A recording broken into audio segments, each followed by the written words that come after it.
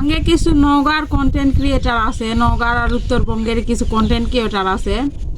এই আলু ঘাটি লিয়ে অনেক ইয়া করে।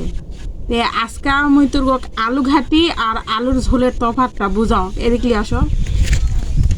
তে এই দেখো, আলু ঘাটি যদি করবা চান তাহলে কালা আলু ঘাটির কিছু অন্য প্রসেস আছে। ঘাটি আর ঝোল কিন্তু এক লয়।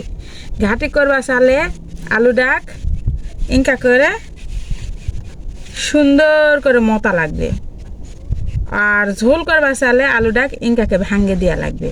ঘাটি যদি করবা চান তাহলে কালা ঘাটিত হচ্ছে আদা রসুন থিতাকে দেওয়া লাগে, আর ঝোলত আদা রসুন মশলা পিষে দেওয়া লাগে। আর ঘাটি করা হয় খালি মাছ দিয়ে, আর ঝোল করা হয় ঝোলের সাথে অনেক সময় ফুলকপি দেওয়া হয়, সিম দেওয়া হয়, ঘাটিতে অবশ্য টমেটোও দেওয়া হয়, ফুলকপি টমেটো দেওয়া হয়, আবার ডিম সাথে সাথে কালাই বড়া। আজকে আমি জিঙ্কা এই হচ্ছে আলুর ঝোলটা কালাই বড়া দিয়ে করবো। এলা পুরানা আলু দিয়ে ঘাটি স্বাদ লাগে না, ঝোল ছাড়া ঝোলও ঠিক মতন স্বাদ লাগে না। তারপরও এখন খাওয়া কি করবেন।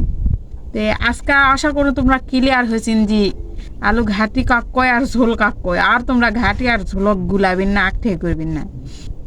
আজকে ঝোল আন্দাজ দেখাওছো, অবশ্যই একদিন ঘাটি আন্দাও দেখাও, তোমরা দেখবেন ইনশাল্লাহ।